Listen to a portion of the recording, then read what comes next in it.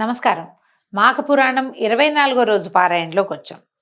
ఈ మాఘమాస నదీ స్నానము చాలా అద్భుతమైందని రకరకాల గాథల్లో చెప్పుకున్నాం.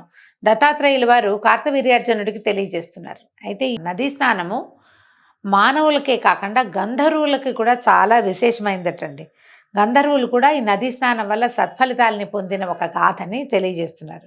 పూర్వం ఒక గంధర్వుడు తన ప్రియసఖితోటి భూలోక విహారానికి వచ్చాడట. ఇప్పుడు కూడా గంధర్వులు భూలోక విహారానికి వస్తారని చెప్తారండి. మరి అవునో కాదో తెలియదు. బట్టతల ఇప్పుడు సమస్యే కాదు, ఎటువంటి నొప్పి లేకుండా శ్రీరూప్ కాస్మెటిక్ క్లినిక్ లో హెయిర్ ట్రాన్స్ప్లాంటేషన్. ఎవరైనా చూసారా గంధర్వుల్ని? ఏమో వాళ్ళు మనం గుర్తుపట్టలేమో ఏమిటో. మరి ఇది మాఘమాసంలో వచ్చాడట. అయితే అతను గంగానది పరివాహక ప్రాంతంలో విహారం చేస్తున్నారు. వాళ్ళు గంగానది ఉత్తుంగ తరంగాలతోటి కళకళలాడిపోతుందట. ఎంత బాగుందో, నురగలు కక్కుతూ మహా అద్భుతంగా ఉందట. ఈ నదిని చూసేసరికల్లా ఈ గంధర్వుడికి ఆ నదిలో దిగి నిర్మలమైన పవిత్ర భాగీరథిలో స్నానం చేయాలని చాలా ఉత్సాహం కలిగింది.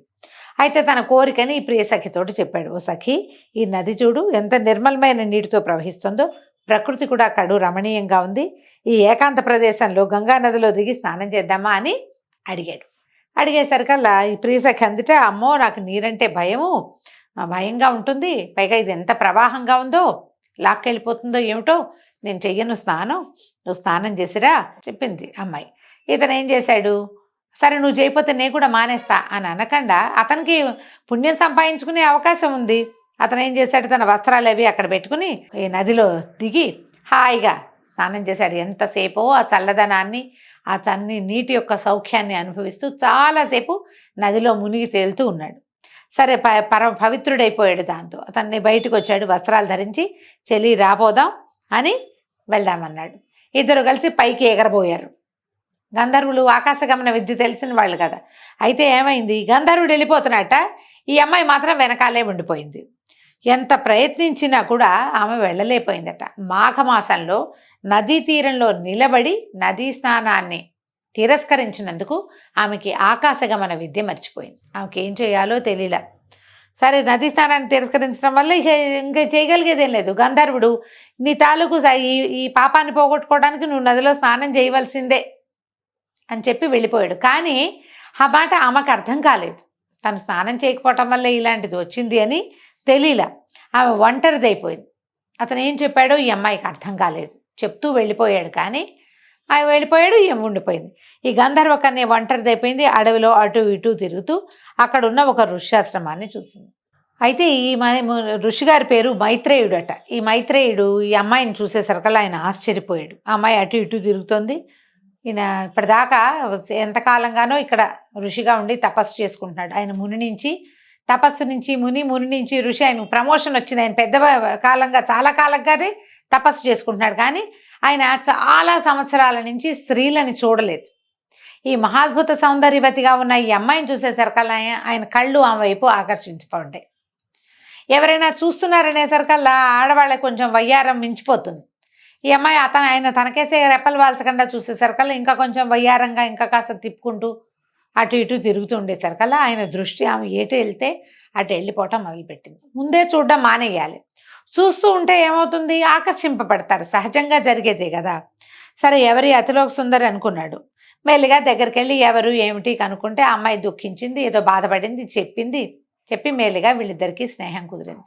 ఆ అమ్మాయికి ఆశ్రమం నుంచి బయటికి వెళ్ళే దారే లేదు. ఎందుకంటే ఆకాశ గమనం లేదు, తను అక్కడ ఉండిపోవాల్సింది. ఆయనతోటి ఉండిపోయింది. అక్కడే ఉండేసరికల్లా క్రమంగా వీళ్ళ మధ్య ప్రేమ ఆకర్షణ మొదలైనవి. ఒకే చోట ఉంటే ఇవన్నీ సహజంగా జరుగుతాయి కదా. అయితే ఆమె అందం ఆయన్ని, ఆ మైత్రేయుడిని కలవరపెట్టేసింది. క్రమంగా ఆమెతో సరసల్లాపాల్లోకి దిగాడు. వీళ్ళిద్దరూ కలిసి దాంపత్య సౌఖ్యాన్ని అనుభవించడం మొదలుపెట్టారు. తనివి ఒకసారి ఏదో 2 సార్లు 3 సార్లు ఏదో ఒకసారి కాకుండా ఇక ఆమె అక్కడే ఉండిపోయింది. ఈయన ఇంకా ఋష్యాశ్రమం లేదు, హడావిడి లేదు, ఇంకా ఏమి తపస్సు లేదు, ఏమీ లేదు. అమ్మాయి వెనకాల పడి తిరగటం, ఆమెతో కలిసి ఈ దాంపత్యానందంలో మునిగి తేలటంలోనే ఉన్నాడు. అయితే ఏమైంది, ఈ పైకి వెళ్ళిపోయినటువంటి గంధర్వుడు ఈ అమ్మాయితోటి ఏం చేయిస్తే తను మళ్ళీ వెనక్కి వస్తుందో ఆలోచించుకుని అక్కడికి వెళ్ళి తన సహచరులని కనుక్కొని స్వయంగా తీసుకెళ్ళి ఈ అమ్మాయిని, తన ప్రియసఖిని నదీ స్నానం చేయించు, ఆమె ఇట్లాగ మాఘమాసంలో గంగా నదీ స్నానాన్ని తిరస్కరించడం వల్లే ఆమెకి ఆకాశగమన విద్య విఫలమైందని చెప్పి పైన తన తాలూకు అధికారుల దగ్గర, పెద్దవాళ్ళ దగ్గర ఋషుల దగ్గర తెలుసుకున్న తపస్సుల దగ్గర కిందకు వచ్చాడు. మళ్ళీ వచ్చి ఈమెను వెతుక్కుంటున్నాడు. గంగా నదీ తీరంలో అమ్మాయి ఎక్కడుందో అని వెతికితే నదీ తీరానికి కొంచెం ఎగువన ఉన్నటువంటి ఈ ఋష్యాశ్రమంలో ఆ లోపల లతాని కుంజాల మధ్య ఒక పరపురుషుడు కౌగిల్లో ఉన్నటువంటి తన ప్రియసఖిని చూసేసరికల్లా విపరీతమైన కోపం వచ్చేసింది అతనికి. అక్కడి నుంచి శపించాడు, నువ్వు ఋషివై ఉండి ఇలా నువ్వు కామాన్ని విడిచిపెట్టలేదు, కామంతో కన్నుమిన్నుగాని అక్కడ ప్రవర్తిస్తున్నావు, నువ్వు వానరముఖుడు అయిపోదువు గాని అని చెప్పేసి ఆ ఋషిగారిని మైత్రేయుడినేమో కోతిబోహవాడి వైపోమని ముఖం కోతిగా మార్చేశాడు. అక్కడి నుంచి ఈ అమ్మాయిని ఏమన్నాడు, నువ్వు నాతో స్నానం చేయమంటే స్నానం చేయకుండా ఈ పరిస్థితిని తెచ్చుకుని ఇంకా కొంచెం అధపాతాళానికి పడిపోవటం కోసం ఈ ఋషితోటి ఈ రకమైన క్రియల్లోకి దిగావు, నువ్వు నన్ను వదిలిపెట్టావు, నువ్వు నా కోసం చూడలేదు, ఏం చేయాలో పర్యవసానం ఏం జరుగుతుందో ఆలోచించకుండా ఇంత పని చేసావు కాబట్టి నువ్వు పాషాణాన్ని వైపోమని ఆమెను శపించాడు. ఆ అమ్మాయి ఒక బండరాతిగా మారి పడిపోయి ఉంది. ఈయన ఏం చేశాడు, ఈ వానరముఖం అయిపోయింది. వానరముఖం అయిపోయింది, ఏమీ చెయ్యలేకపోయాడు. దిగులతోటి ఆశ్రమంలో అట్లా పడున్నాడు. అయితే ఏమైందట, కొన్ని రోజులకి అక్కడికి నారద మహాముని వచ్చాడట. మహాముని చూసేసరికి గుర్తుపట్టలేదు మైత్రేయుడిని. ఇదేమిటి అని ఆశ్చర్యపోయి ఈ కోతి ముఖంతో ఉన్నవాడు ఎవడు అని ఆయన ఆరా తీసి అతన్ని కనపడేసరికల్లా ఈ ముఖం మారిపోయినటువంటి మైత్రేయ మహాముని నారద మహాముని కాళ్ళ మీద పడ్డాడట. అయితే ఆయన ఏమన్నాడు, ఎంత పని చేశావు, మహర్షివై ఉండి కూడా తుచ్చమైన కామవాంఛను విడనాడకపోవటం వల్ల కదా ఇలా క్షణభంగురమైంది, అది ఎంత తాత్కాలిక సౌఖ్యం, దానికి బానిసవయి నీ తపశ్శక్తి అంతా పోగొట్టుకున్నావు. ఒక గంధర్వుడు ఒక ఋషిని శపించాడంటే ఋషి శాపాలకు భయపడతారు గంధర్వులు, దేవతలైనా కూడా. అతను నిన్ను శపించగలిగాడంటే నేను మొత్తం తపశక్తి అంతా పోగొట్టుకున్నట్టు. కామక్రోధ లోపమోహ మదమాత్సర్యాలనే అరిషడ్ వర్గంలో అత్యంత తుచ్చమైనది నీచమైనది కామమే. కామం వల్ల కష్ట నష్టాలు కలుగుతాయి. కామం వల్ల కళ్ళు కానరావు, కన్ను మిన్ను కానరు, అది వదిలిపెట్టదు మనుషుల్ని.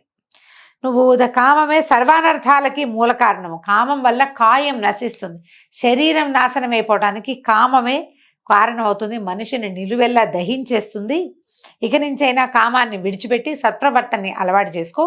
జరిగిన దానికి చింతించి ఏం ప్రయోజనం, గతం గత, ఇప్పుడు మించిపోయిందే లేదు. ఇప్పుడైనా పశ్చాత్తప్తుడివై వెళ్ళి మాఘమాసం దాటిపోకముందే గంగానది స్నానం చెయ్యి. గంగానది స్నానం చేస్తే నువ్వు పవిత్రుడు అవుతావు. అప్పుడు ఈ ముఖం పోతుంది. ఆ తర్వాత ఏం చేస్తావు, అక్కడి నుంచి బయటికి వచ్చాక విష్ణు పూజని చేసుకుని నీ కమండలంతో నీళ్లు తీసుకురా. ఆ నదీ జలాలను తెచ్చి ఈ పాషాణంగా మారిపోయింది కదా బండరాయి, ఆ రాయిగా మారిపోయిన ఆ అమ్మాయి మీద కూడా చల్లమని చెప్పాడు. అక్కడి నుంచి ఈయన ఏం చేశాడు, ఈ కోతి ముఖంతో ఉన్నటువంటి మైత్రేయ మహాముని అప్పటిదాకా ఆ బండరాయిని విడవలేక అక్కడక్కడే తిరుగుతూ ఉండేవాడు. ఇక ఈమెను వదిలేసేయాలి. ఆయన వెళ్ళి గంగా నదిలో అఘమర్షణ స్నానం మునిగి మునిగి మునిగి 108 సార్లు మునిగి అంటే మునకలు వేసి స్నానం చేసి తన ముఖాన్ని మామూలుగా చేసుకున్నాడు. దాంతో అవ్వలేదండి, ముఖాన్ని మామూలుగా అయిపోవాలి. కొంచెం మార్పు వచ్చింది, ఆయన బుద్ధిలో కూడా మార్పు వచ్చింది, కామం నశించింది ఆయనలో నుంచి.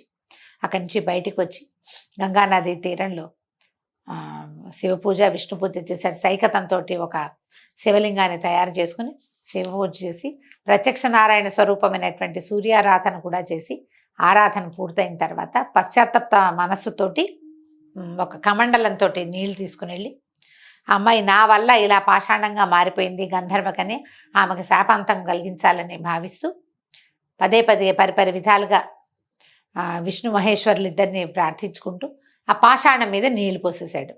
పోసేసరికల్లా ఆయన ఈ భగవంతుడు కరుణించి అప్పటికి అతని ముఖం మారిందట.